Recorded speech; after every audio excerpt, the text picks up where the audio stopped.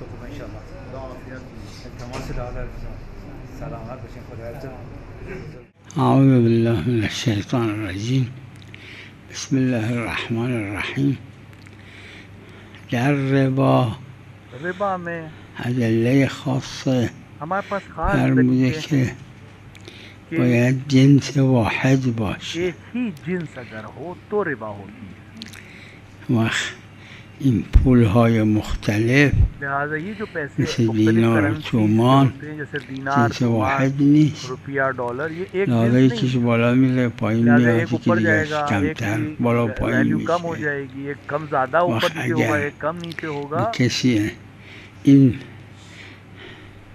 ورق را داد तो लिहाजा अगर اون उसने ورق नोट دیگر लिए رو بیشتر میگیره और اشکال ज्यादा نداره. नोट वापस लिए उसके एवज में तो कोई हर्ज नहीं है. ये रिबा بله के हुक्म در नहीं. بعضی جاها فقها فرمودن که البته بعض مثلا جگهوں شیر پر و پنیر، فقها مثلا ने شیر कहा و है کره जैसे दूध और اینا पनीर या یکیه. दूध और خب मक्खन ये एक है. اون چون فقها گفتن محل तो بحث फुकहा هم ने هست که कहा है مواردش लिहाजा वो چطوره. اما هر جایی باید واحد باشه. लेकिन जहाँ شکر و قند یه حکم داره، एक हुक्म है. چون عرفاً یکیه. قند گرونتر شکره.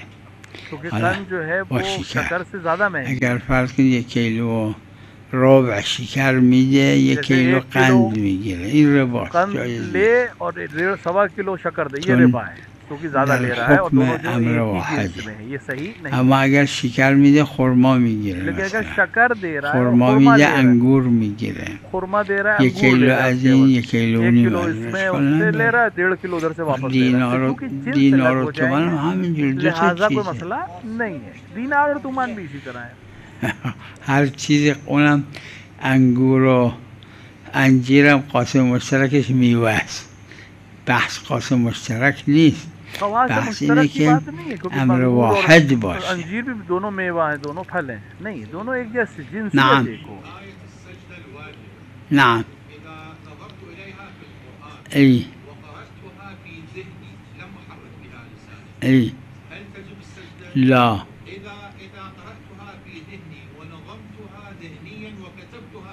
لا، الدليل يقول القراءة والسماع بس.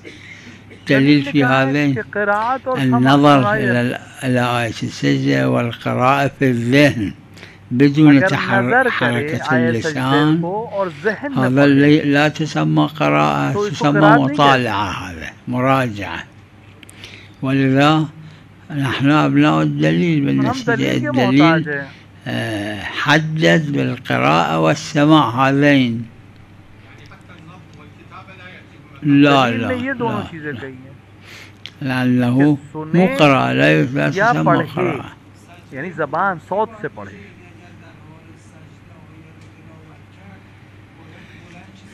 این عروه مسئله رو داره، فقها هم اختلاف کرده. به نظر من نه، لازم نیست احداث سجده باشه. فقط بعضی فقها فرمودن چون خود هم تو آیه قرآن امر به سجده داره، هم تو روایاتش امر به سجده داره. اگه تو سجده یکی آیه قرآن خوند یا خودش خوند، باید سرش رو برداره دوباره برسه احداث سجده باشه. اما جماعتی هم گفتن برداشت خود من اینه احداث برای کسیه که سجده نیست. اگه تو سجده است این متحققه دیگه. خلاصه یه اختلاف اجتهادی هست. بله، شکی نه، اما احتیاط نه وجوبی، استحبابی. احتیاط وجوبی نہیں ہے، احتیاط مستحب. ببخشید شبیه این مسئله رو صاحب جواهر داره و حاج رضای همدانی و اینها که اگر کسی سجده کرد تو نماز واجب، سرش از سجده بالا برد، این مهر چسبیده بود به پیشانیش، سجده دوم همینجور بکنه یا نه جدا کنه این را بذاره رو زمین دوباره سجده کنه. صاحب جواهر بعضی ها گفتن که نه اشکال نداره، همینجور سجده کنه، صدق میکنه. جماعتی گفتن نه باید اینو جدا کنه بذاره رو زمین که احداث سجده بشه. علا کل اینا بحثای اجتهادیه. اسم اجتهادی بحث بہت ہے. چرا؟ اما این موضوع هست. این موضوع همین اونایی که اشکال کردن همینو گفتن. اونایی که مثل صاحب جواهر اشکال نکردن گفتن صاحب جواهر تو ذهنم اینه احساس استحبابی میکنم. گفتن که این متحققه، هر کی ببینه وضع جبهت علی السجود علی سبعت اعظم یکیش جبهه، این وضع عرفاً صدق میکنه برای منصرف به جاییه که وضع بر غیر عرض بکنیم، عرض متحقق. حالا کل اینو بحث برداشت دیگه فقها هست، بحث اجتهادی، دلیل خاص هم نداره. بله بله بله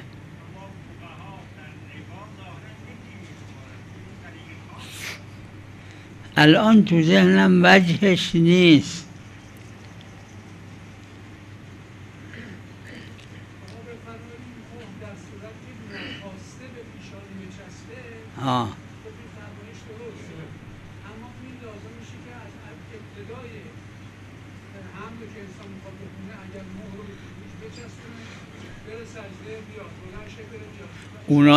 اونایی که گفتن این اختیار و غیر اختیارش فرق نمیکنه، گفتن صدق میکنه، این صدق میکنه. اونایی هم که اشکال کردن تشکیک کردن در این که این صدق میکنه که سجده کرد، باید احداث باشه. یعنی واقعا سجده کو وجود میں لایا کہ نہیں لایا، کیونکہ پہلے سے سجدہ اس کے ماتھے پہ چپکی ہوئی ہے. لہذا بعض کہتے ہیں کہ اشکال نہیں ہے، بعض کہتے ہیں کہ نہیں اشکال ہے، الگ کرے پھر سجدہ کرے. بله این رباس قطعا، اما دلیل نه اضافی برای اونه، اما دلیل خاص داره، اجماع هم درش هست، هم روایت داره، اشکال نداره. بیع الدین به اقل من، این عبارت روایته، اجماعی هم هست. اگر رباس فقط ربا برای اونه نه برای این. اس کے لیے ربا ہے، دوسرے کے لیے مثل ربای بین ولد و والد کے اشکال نداره. ربا ربا ہے لیکن اشکال نہیں ہے، منع نہیں کیا ہے. جیسے برای اون زیاد میشه. چرا اونی که چکه 1 میلیونی دستشه، میدونم 1 میلیون وقتی که 900 شد برای اون 100 تا اضافه شده دیگه، برای این اضافه برای این کم شده. جس کے ہاتھ پہ 1 لاکھ کا چیک ہے، اگر وہ کم در پہ دے رہا ہے کسی کو تو بالاخره ربا کر رہا ہے، کوئی قیمت سے نیچے دے رہا ہے معاملہ. چرا به نتیجه 901 میلیون برای این اضافه نشده، اما برای اون اضافه شده. بله بله بله صاحب چک به جای 1 میلیون باید بده، 900 تا داده، 100 تا پس اضافه شده براش. بله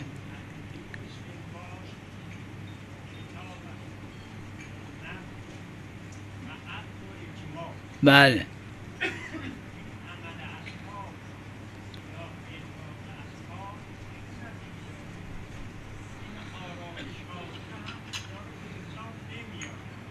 چی به حساب نمیاره؟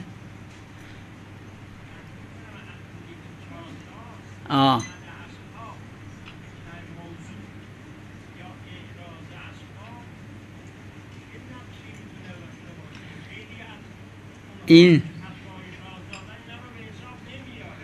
خیلی یعنی از شیخ مفید تا حالا حساب کنید، جواهر رو ببینید، حدایق رو ببینید، مستند نراقی رو ببینید، کتب فقهیه رو ببینید، بیش از 90 فقها، شیخ انصاری رو ببینید، اگه عدد رو حساب کنید 190 فقها یا بیشتر 90 فقها میگن سنت در جایی حجت است که از این ظهور اعراض نشده باشد و در جایی روایت ضعیف حجت نیست که مشهور فقها عمل بهش نکرده باشند. کتاب و سنت می‌فرماید سنت، این سنت حجیتش مقید است به اینکه اعراض از سند یا اعراض از ظهور نشده باشه و اگر سنت سندش ضعیفه یا ظهورش کافی نیست، اگر این ظهوری که ظهور نیست فقها فهمیدن یه چیزی ازش که ظهور نیست، این میشه حجت. مثل همه قاعده تسامح. قاعده تسامح روایت نداره که اگه ظهور نبود، روایت داره و این کان رسول الله صلی الله علیه و لم یقله من بلغه ثواب علی عمل، اون ثوابو بهش میدن، نداره که این میشه مستحب. اما فقها فهم استحباب ازش کرده. بات نقل کر دے اور کوئی اس پر عمل کر دے تو اس کو ثواب اس لیے ملے گا کہ اس سے روایت مستحب ہو جائے. معتبرت السند ظاهرت الدلاله اگه اصحاب برخلافش فتوا دادن این حجیت نداره.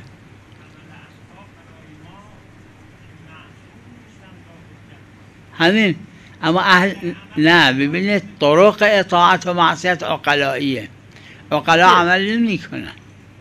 اگر ابن سینا در طب یه چیزی گفت اما معظم اطباء تو تاریخ برخلافش گفتن. حالا یک تا پزشکی اومده اینجا شک میکنه، میتونه به این حرف ابن سینا عمل کنه با اینکه معظم اطباء برخلافش گفتن؟ نه، عقلایی نیست. طرق اطاعت معصیت یعنی ما لا یحقق مصداق طاعت، ما لا یحقق مصداق معصیت، این عقلائیه. مگه شارع یه جای استثناء کرده باشه که در باب قیاس شارع استثناء کرده ولی عقلائیه. عقلی ہے، شارع نے تو قبول کیا، مگر یہ کہ شارع کے کسی چیز کو منع کر دے، اسے قیاس عقلی ہے لیکن شارع عقل در مستقلات برای ما دلیله، نه در احکام شرعیه. در احکام شرعیه حضرت فرمودن ما ابعد دین الله عن عقول الرجال، نه عقل حجت نیست. عقل در مستقلات عقلیه به قول علما، در سلسله علل اگه باشه آهن حجت، اما در سلسله معلولات که حجت نیست.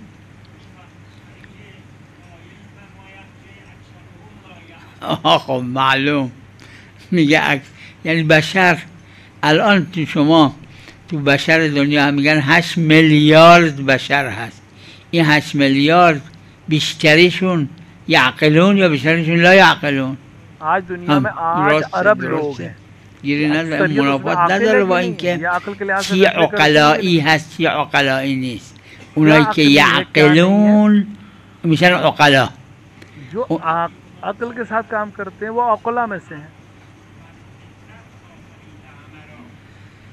اما لا یعقلون، ببینید یه عده لا یعقلونن، یه عده یعقلون. اونایی که یعقلون ملاک اونان. فیصلہ کرتے ہیں، کچھ لوگ عقل سے فیصلہ نہیں کرتے. نه، عقل یعقلون حجت برای همه است، نه عقل لا یعقلون، جو عقل نیست. یعقلون یعنی جو عقل پہ کام کرتے ہیں اور عقل پہ کام کرتے ہیں، ان کے لیے وہ سب کے لیے حجت ہے، لیکن لا یعقلون کی عقل سب کے لیے حجت نہیں ہے. ها عرض کردم مرحوم اخوی رضوان الله علیه یک کتابچه‌ای دارن که چاپ هم شده و من دیدم. ایشون ترجیح میدن روایات مدح مختار را بر روایات ذم. کتاب لکھی ہے اور ساری روایتوں کو جمع کیا، یعنی دونوں روایتوں کو جو مدح میں ہے اور جو ذم میں ہے دونوں کو جمع کیا ہے اور اس نے ترجیح دی ہے اس روایت کو جو مدح میں ہے جناب مختار. میدونم این روایات همش غیر معتبره، هم یعنی سند نداره. اگر یک کسی مجهول تو خیابون نسبت به من و شما یک چیز بدی نقل کرد حجت بر من و شما؟ نه. این روایات مدح مختار، روایات ذم مختار همش هر دو طرف اعتبار سندی نداره و نمیشه ما نسبت به مختار بدیم. بله رو قرائن بعضی که یکشون مرحوم اخوی حسن رضوان الله علیه ترجیح دادن روایات مادحه مختار را.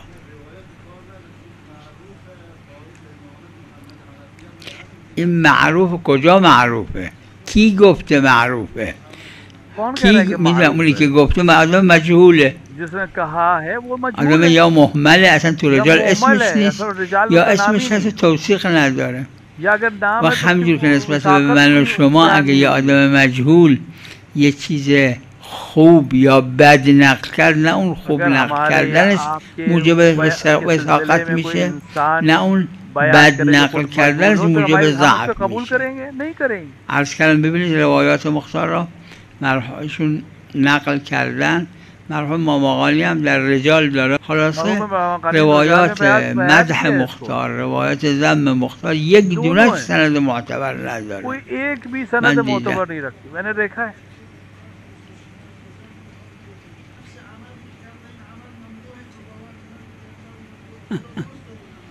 نه چه حقی داره؟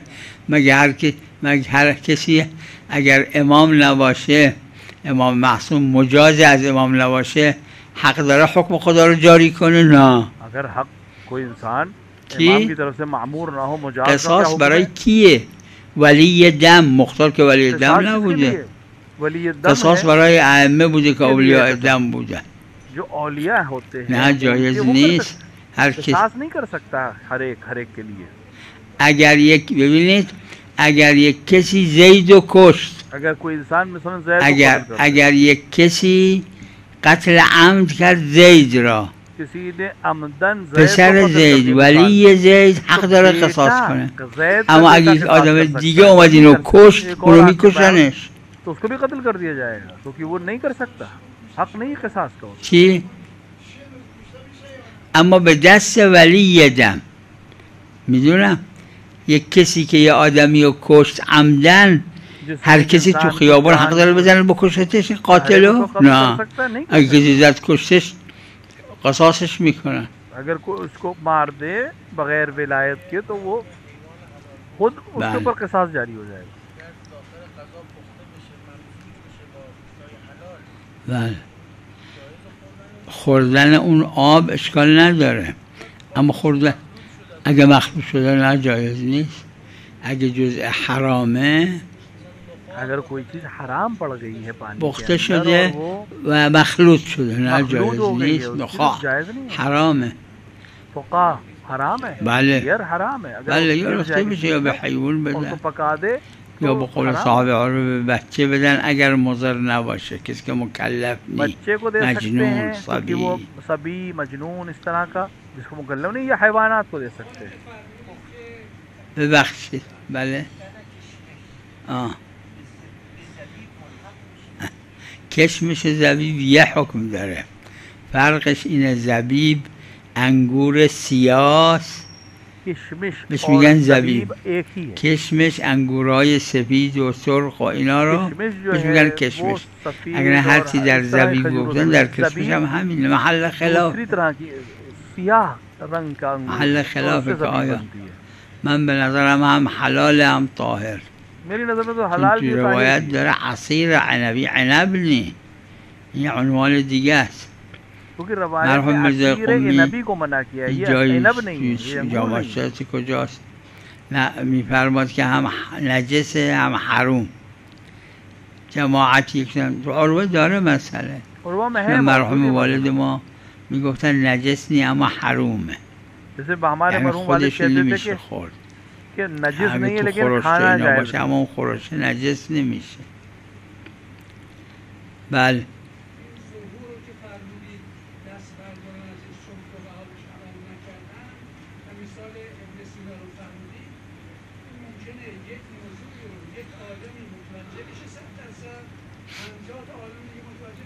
درست این امکان داره، اما از نظر حجیت عقلایی کدومش درسته؟ این امکان 50 تا عالم یکیشون یه چیزی فهمید 49 تا نفهمیدن. وقتی یک عالم 51م اگه اومد اگه اونم فهمید مثل اون یکی عیبی نداره، اما اگه اون تو شک افتاد میتونه به حکم شک عمل کنه مثل اون 50می، یا اینکه اگر به حکم شک عمل کرد یا اشتباه کرد عند العقلا معذور نیست.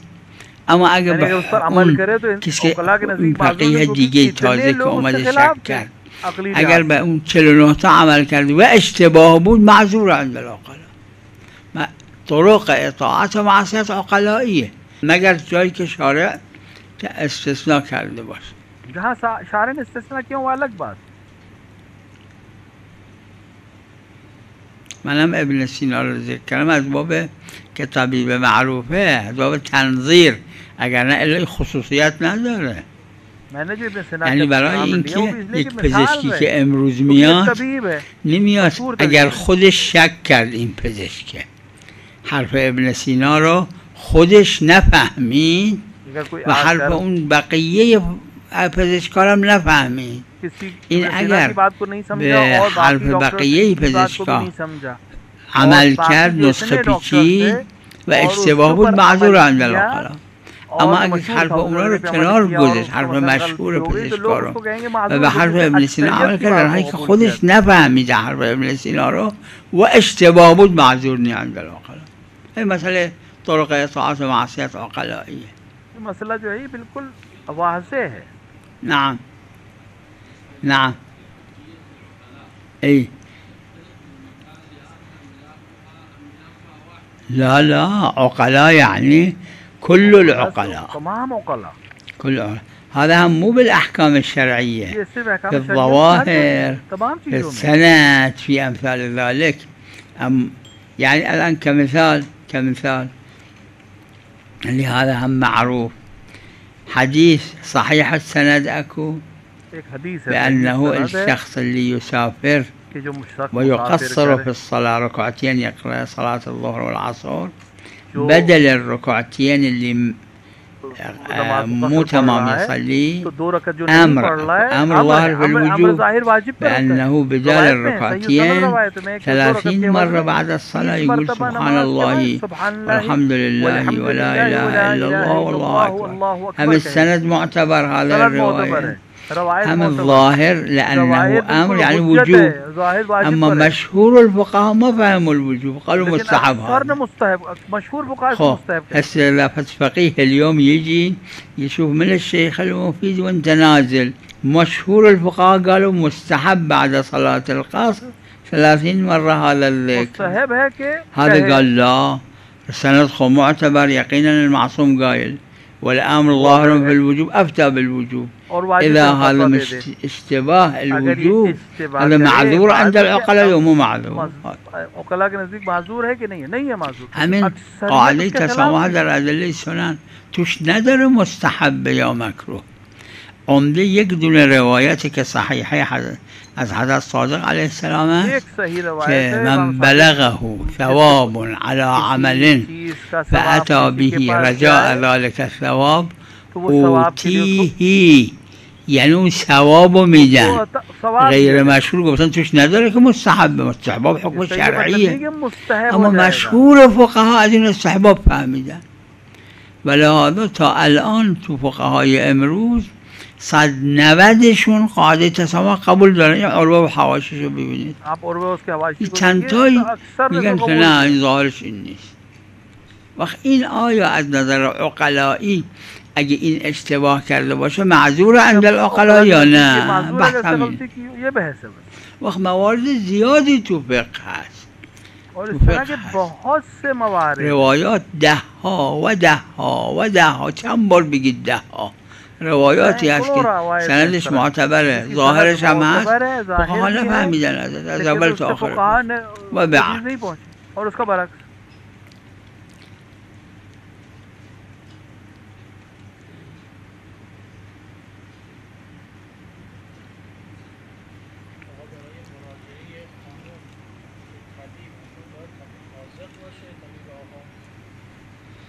بله، چون روایت داره که مرد به زن، زن به مرد در پزشکی مراجعه کردن در جایی که روایت داره ارفق یعنی بهتره، یا از نظر پزشکی بهتره یا از نظر عمل کرد بهتره.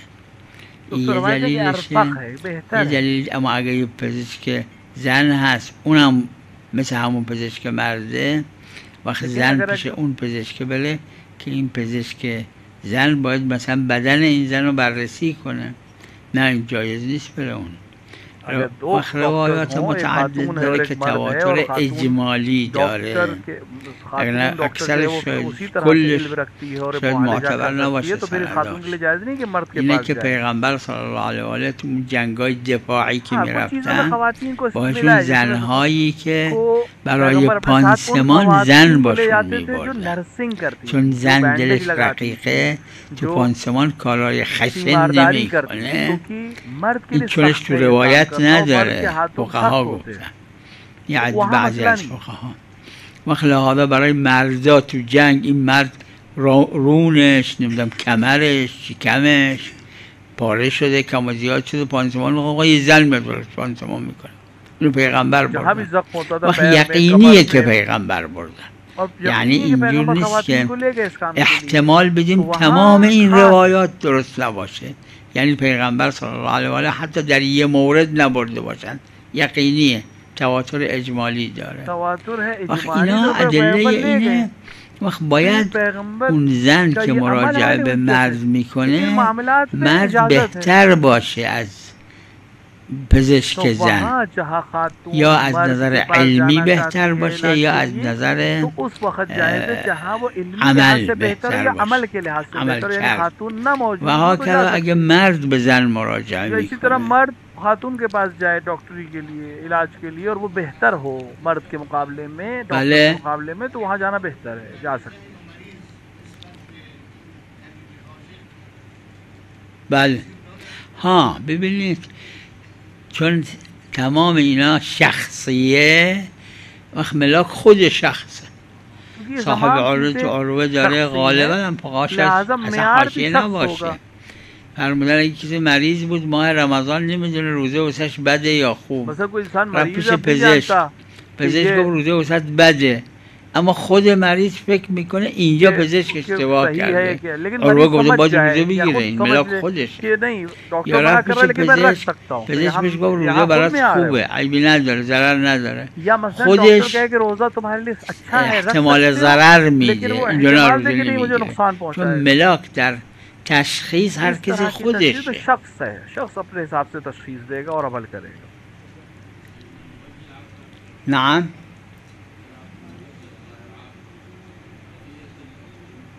أي نقلت أنه المرحوم السيد الأخ رضوان الله عليه عنده كراس ومطبوع هذا قبل 50-60 سنة، وأنا شايفه هناك يرجح الروايات المادحة للمختار. وصلى الله على محمد وآله الطاهرين.